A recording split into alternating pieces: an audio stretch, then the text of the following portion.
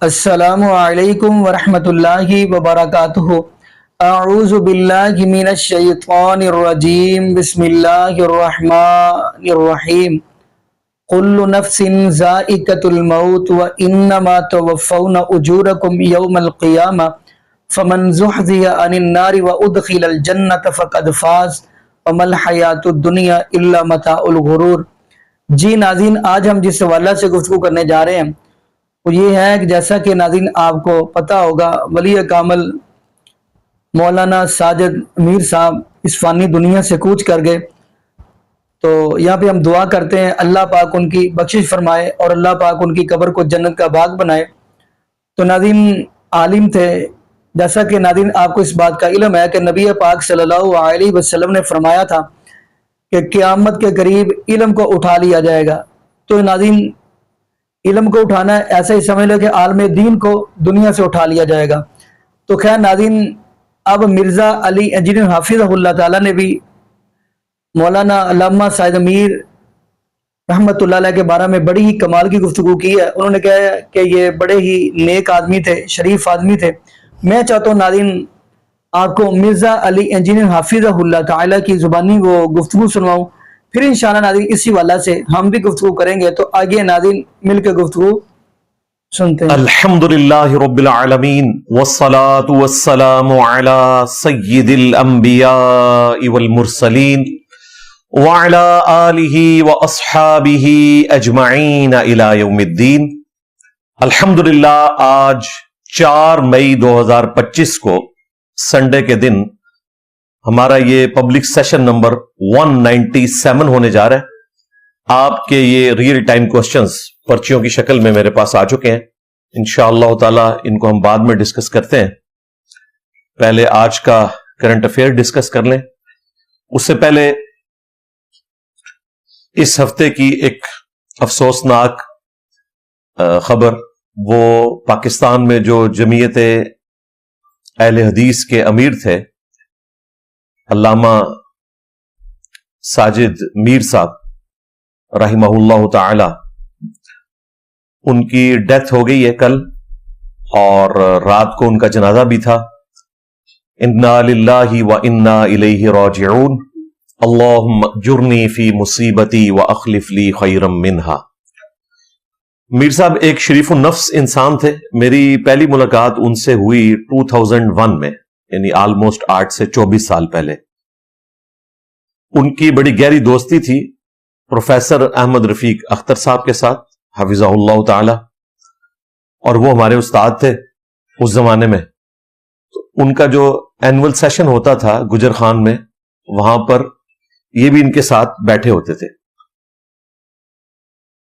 میر صاحب نے بھی ایم اے انگلش کیا ہوا تھا، اور پروفیسر صاحب بھی لٹریچر کے بندے تھے، ان کی تعلیم بھی ایم اے انگلش کی تھی اور وہ ٹیچنگ کرتے رہے، اس اعتبار سے بھی دوستی تھی۔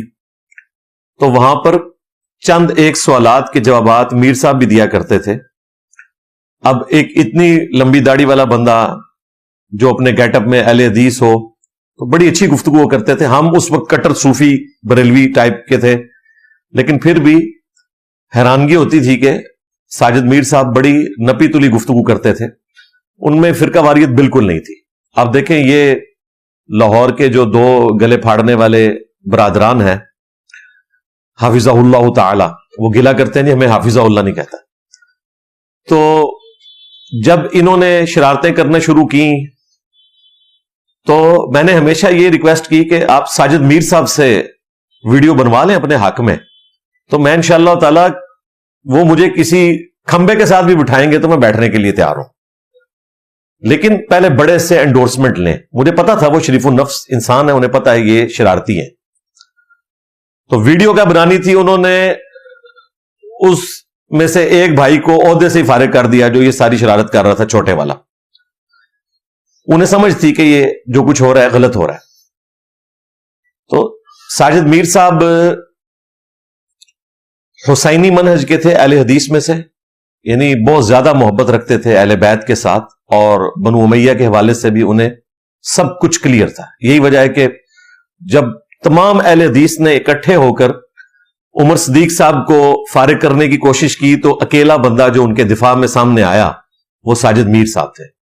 چونکہ وہ امیر تھے اس جماعت کے، اگر وہ امیر نہ ہوتے تو اس وقت عمر صدیق صاحب شاید کسی گھر میں بیٹھ کے کوئی لوگوں کو قرآن سکھا رہے ہوتے، ان کے پاس اتنا بڑا مدرسہ نہ ہوتا. ساجد میر صاحب نے انہیں فل سپورٹ کیا. اس اعتبار سے میں ان سے ایک الگ سے بھی عقیدت رکھتا ہوں. آلموسٹ وہ 38 سال تک جمعیت اہل حدیث کے امیر رہے ہیں، 87 سے ٹل ان کی ڈیتھ تک 3 مئی 2025. تو یہ آلموسٹ 40 سال بنتے ہیں. ان 40 سالوں میں اہل حدیث پہ اس حوالے سے کوئی آزمائش نہیں آئی کہ ان کی کوئی عمارت کا اختلاف آیا ہو، کیونکہ ایک ہی بندہ. اور پھر یہاں پر پولیٹیکل ان کا جو الائنس تھا وہ مسلم لیگ کے ساتھ تھا. 88 میں جب الیکشنز ہوئے تو اس کے بعد جب سینٹ کے الیکشنز ہوئے تو اسی وقت یہ سینیٹر بن گئے تھے. پاکستان میں سب سے لانگسٹ سرونگ سینیٹر بھی میر صاحب ہی تھے. اور ان کی جو سب سے بڑی خوبی جو میں نے قریبی علماء سے سنی ہے، کافی سارے علماء سے، وہ یہ ہے کہ یہ انتہائی دیانتدار شخص تھے. ان 40 سالوں میں ان کے اوپر کوئی کرپشن کا داغ نہیں ہے. یعنی انہوں نے اس عمارت سے 1 روپیہ بھی اپنی ذات کے لیے کبھی استعمال نہیں کیا. جو لیونگ سٹینڈرڈ اس زمانے میں تھا وہی ان کا رہا. ان کے اندر یہ خوبی ہونا کہ فرقہ واریت کا نہ ہونا یہ تو الگ سے ایک چیز تھی، ذاتی طور پہ بھی وہ انتہائی ایک دیانتدار شخص تھے. اور نہ ڈر بھی تھے. جس چیز کو وہ صحیح سمجھتے تھے وہ ڈنکے کی چوٹ پر بیان کرتے تھے، چاہے ان کو کسی معاملے میں غلطی لگی ہو. آپ کو پتا ہے ہمارے جو ایکس آرمی چیف تھے ان کے حوالے سے اس وقت جو D G I S I تھے انہوں نے ایک غلط پروپیگنڈا کیا باجوہ صاحب کے خلاف کہ یہ قادیانی ہے. اور اس میں کچھ حصہ ایسا تھا جس میں شائبہ ہوتا تھا، کیونکہ ان کے سسر جو تھے وہ قادیانی تھے کسی زمانے میں. تو اس کی وجہ سے وہ سارا کچھ جڑا. تو ساجد میر صاحب نے ڈائریکٹلی آ کے میڈیا پہ یہ بات کی تھی کہ ہمارا آرمی چیف جو ہے وہ قادیانی نہیں ہونا چاہیے. پھر بعد میں انہیں اپروچ کیا گیا اور بتایا گیا کہ یہ آپ کو غلط فہمی ہوئی ہے، اور اس طرح کرتے کرتے لیکن اس وقت وہ کھڑے ہوئے. اس سے آپ اندازہ کریں کہ انہوں نے یہ نہیں دیکھا کہ ملک کا سب سے طاقتور ترین شخص ہے اور میں اس کے خلاف کھڑا ہو رہا ہوں. وہ دین کی اہمیت میں یہ سمجھتے تھے کہ اس پوسٹ کے اوپر کوئی قادیانی شخص نہیں ہونا چاہیے. وہ تو خیر خبر ہی غلط نکلی، لیکن یہ ایک واقعہ ان کی دلیری کے اوپر اس اعتبار سے تو دلیل ہے. باقی وہ میری طرح کوئی مدرسے کے پڑھے ہوئے نہیں تھے. ان کو سارے علامہ ساجد میر کہتے تھے. تو انہوں نے ایم اے اسلامیات کیا ہوا تھا. آج سے آلموسٹ آپ سمجھ لیں کوئی 50-55 سال پہلے. اس زمانے میں انہوں نے ایم اے اسلامیات کیا تھا، ایم اے انگلش کیا تھا. نائجیریا میں وہ ٹیچنگ بھی کرتے رہے اور پھر بعد میں ان کو امیر چنا گیا. تو مدرسے والی ڈگری ان کے پاس کوئی نہیں تھی، اللہ کا شکر ہے. اور یہ بات مجھے کل پتا چلی ہے جب میں نے تحقیق کی. تو میں نے کہا اچھا مدرسے کا رنگ اسی لیے ان کے اوپر نہیں چڑھا ہوا تھا، ورنہ مدرسے کی ڈگری ہو تو ہو نہیں سکتا کہ وہ اپنا اثر نہ دکھائے. تو اب دیکھ لیں ایک ایک کر کے، مطلب ساروں کے بارے میں پتا چل رہا ہے کہ کسی کے پاس بھی ڈگری نہیں ہے. تو وہ آج مال نہیں کہ میں اس کے اوپر ڈسکشن کروں. آج کے دن ہم ان کے لیے دعا گو ہیں کہ اللہ تعالیٰ ان کی غلطیوں سے درگزر فرمائے، انہیں نیک کاموں کا اجر دے اور جنت الفردوس میں اپنے محبوب صلی اللہ علیہ وآلہ وسلم کا پڑوس ان کو نصیب فرمائے.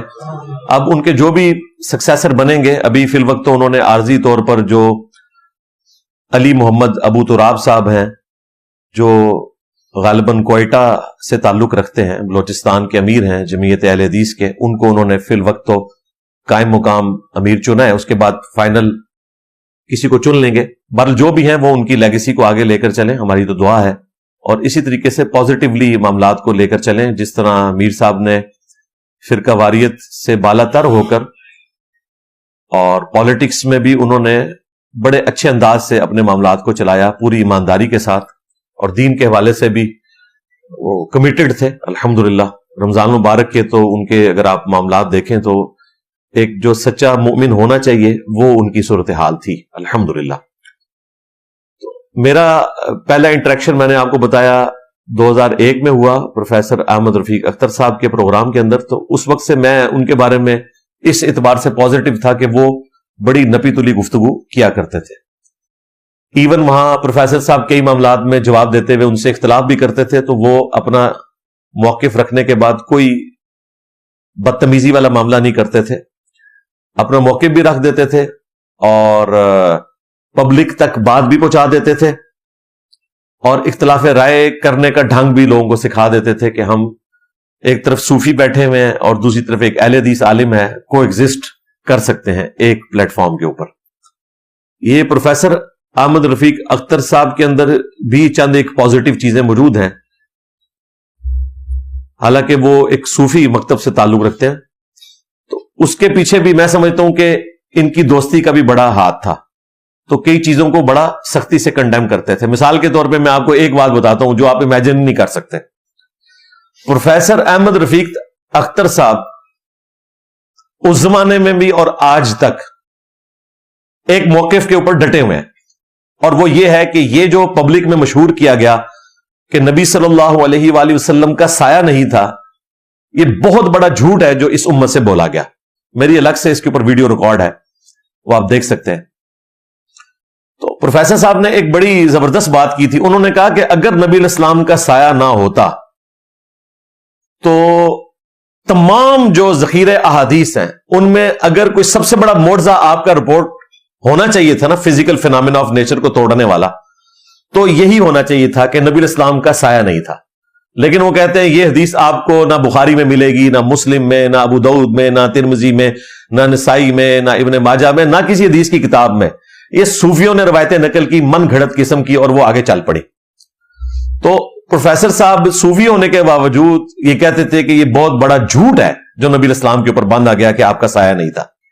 تو اس طرح کی کافی ساری چیزیں ان کی اہل حدیث کے ساتھ میچ کرتی تھی. 3 طلاق کے مسئلے میں اگرچہ میں اس مسئلے میں اہل حدیث کے ساتھ ایگری نہیں کرتا, لیکن پروفیسر احمد رفیق اختر صاحب کا موقف وہی ہے جو اہل حدیث کا ہے. ایک مجلس کی 3 طلاقیں ان کے نزدیک بھی ایک ہی ہوتی ہیں. تو وہ کافی ڈیویٹ کیے ہوئے تھے عام تصوف کی لائن سے, اور اس میں کافی سارا اثر و رسوخ جو ہے وہ پروفیسر ساجد میر صاحب کا بھی تھا رحمہ اللہ تعالی. اللہ تعالی ان کی آخرت کی منازل کو آسان کرے. اور یقین مانے مجھے دلی طور پہ ان کی ڈیتھ کے اوپر افسوس ہوا ہے کہ ایک ماڈریٹ بندہ دنیا سے چلا گیا. اور باقی فرقوں سے میں کہوں گا کہ آپ کے جو بڑے ہیں ان کی عزت کر لیں. مفتی منیب الرحمان صاحب کی عزت کریں, بریلویوں سے ریکویسٹ ہے. اب تو وہ مفتی کہنا بھی چھوڑ گئے ہیں, منیب الرحمان کہہ رہے ہیں ان کو. اور تقی عثمانی صاحب کی بھی دیوبندی عزت کرے. یہ ماڈریٹ لوگ ہیں.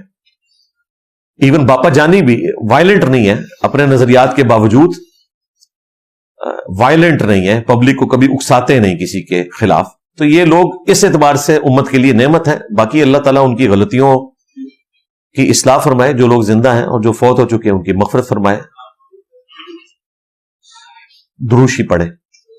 اللہم صلی علی محمد وعلی آل محمد واصحاب محمد وازواج محمد وامت محمد اجمعین الی یوم الدین.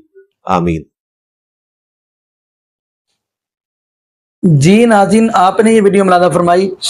ناظرین, قرآن کہتا ہے کل نفس ذائقۃ الموت, ہر جان نے موت کا ذائقہ چکھنا ہے. یہاں پہ ایک جملہ میں سمجھاتا ہوں. قرآن کہتا ہے کل نفس ذائقہ. ناظرین, اس دنیا کے اندر آپ نے بڑے بڑے ذائقے چکھے ہوں گے. مثال کے طور پہ آپ کھانا کھاتے ہوں گے, گوشت کھاتے ہوں گے, آپ اس کا ذائقہ چکھتے ہیں اور لوگوں کو بتاتے ہیں کہ اس کا ذائقہ یہ ہے. کوئی پھل کھاتے ہیں تو آپ وہ کھا کے بتاتے ہیں اس کا ذائقہ ایسا ہے. کوئی بھی چیز آپ کھاتے ہیں تو آپ بتاتے ہیں اس کا ذائقہ ایسا ہے. لیکن موت کا ذائقہ ایسا ہے جو آج تک جس نے بھی چکھا ہے وہ بتا نہیں سکا کہ کیسا ذائقہ. یہ وہ ذائقہ ہے. کل نفس ذائقۃ الموت وانما توفون اجورکم یوم القیامہ فمن زحزح عن النار وادخل الجنۃ فقد فاز. ناظرین, اگلی بات ہم کرتے چلیں. کیا اس معاشرے کے اندر کوٹھیاں بنا لے یہ کامیابی؟ فرمایا نہیں. بلڈنگیں بنا لے یہ کامیابی؟ فرمایا نہیں. اگر اپنی مرضی کی گاڑی خرید لی، کیا یہ کامیابی؟ نہیں. کامیابی کیا ہے؟ بندہ جہنم کی آگ سے بچ کر جنت میں داخل ہو گیا، یہی بڑی کامیابی ہے. باقی ناری یہاں پہ مجھے ایک موطا امام مالک کی ایک حدیث یاد آ گئی. بندہ اس دنیا سے جاتا ہے تو ہم کہتے ہیں جی بڑا افسوس ہوا، بڑا دکھ ہوا، لیکن ناظرین ہم سب تو اللہ کی امانت ہیں. ہر انسان نے رب کے پاس جانا ہی جانا ہے. لیکن بندہ دنیا سے جائے، بندہ یہ کہے کہ اللہ کی امانت تھی. خیر ناظرین میں آپ کو وہ حدیث سناتا ہوں. امام مالک رحمۃ اللہ نے اپنی موطا امام مالک کے اندر ایک بڑی کمال کی حدیث لے کر آئے ہیں. کہتے ہیں کہ بندہ پڑھا ہوا یعنی علم والا بندہ، اس کی وائف یعنی اس کی بیوی دنیا سے چلی گئی. اب اس کو اپنی بیوی کے ساتھ اتنی محبت اور اتنا پیار، اس نے اپنے آپ کو کمرے کے اندر بند کر لیا. کہتا ہے کہ اب میں اپنے آپ کو گھر سے باہر ہی نہیں نکالوں گا، گھر سے باہر قدم ہی نہیں رکھوں گا. تو ہے بھی پڑھا ہوا پھر علم رکھنے والا. تو لوگ ان سے آ کے مسئلے پوچھتے تو ان کے جو چوکی دار ہوتا ان کو مسئلہ بتاتے، اور چوکی دار اندر آ کے بتاتا تو وہ مسئلہ یعنی مسئلے کا جواب بتا دیا جاتا. ایک سمجھدار ایک عورت تھی، وہ باہر جھاڑو مار رہی تھی. وہ کہتی ہے عجیب بندہ ہے، اس کی بیوی دنیا سے چلی گئی ہے اور یہ اپنے آپ کو کمرے کے اندر بند کر کے بیٹھ گیا. اب وہ عورت آئی، اس نے کہا کہ میں آپ کے جو عالم ہیں، جو آپ کے پڑھے ہیں، جو آپ کے لیڈر ہیں، جو آپ کے اندر بیٹھے ہیں، میں ان سے مسئلہ پوچھنا چاہتی ہوں. انہوں نے کہا جی آپ ہمیں بتائیں، ہم جا کے اندر بتائیں گے تو آپ کو مسئلے کا جواب مل جائے گا. وہ عورت کہنے لگی نہیں، وہی مسئلہ فیس ٹو فیس یعنی آمنے سامنے بیٹھ کر مسئلہ پوچھنے والا ہے. خیر انہوں نے اجازت دے دی، اندر بٹھایا گیا. تو عورت کیا کہتی ہے کہ اس نے بڑی کمال کی بات سمجھائی. کہتی ہے جو میرے کنگن پہنے ہوئے نا، یہ ساتھ والی ہمسائی کے ہیں، میں نے ان سے لیے تھے، کیا میں اس کی مانو اس کو واپس کروں؟ تو یہ اللہ والا، یہ جو عالم دین یہ پڑھا بندہ کہنے لگا جی اس کی مانو اس کو واپس کریں. تو آگے سے اس بی بی نے بڑی کمال کی بات کی. اس عورت نے کہنے لگی مجھے آپ کہہ رہے ہیں کہ اپنی ہمسائی کی امانت واپس کرو، تو جو آپ کی بیوی تھی وہ رب کی امانت تھی، کیا آپ کا دل نہیں کرتا کہ رب کی امانت کو واپس کیا جائے؟ ناظرین بڑا کمال کا اس نے مسئلہ سمجھایا. خیر وہ بندہ پھر باہر آ گیا.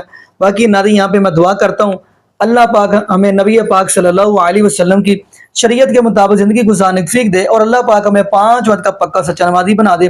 اور جتنے بھی بے اولاد جوڑے ہیں اللہ پاک سب کو نیک نورینہ صحت تندرستی والی ایمان والی لمبی زندگی والی اولاد عطا فرما دے. جزاکم اللہ خیرہ، احسن الجزاء. السلام علیکم ورحمۃ اللہ وبرکاتہ.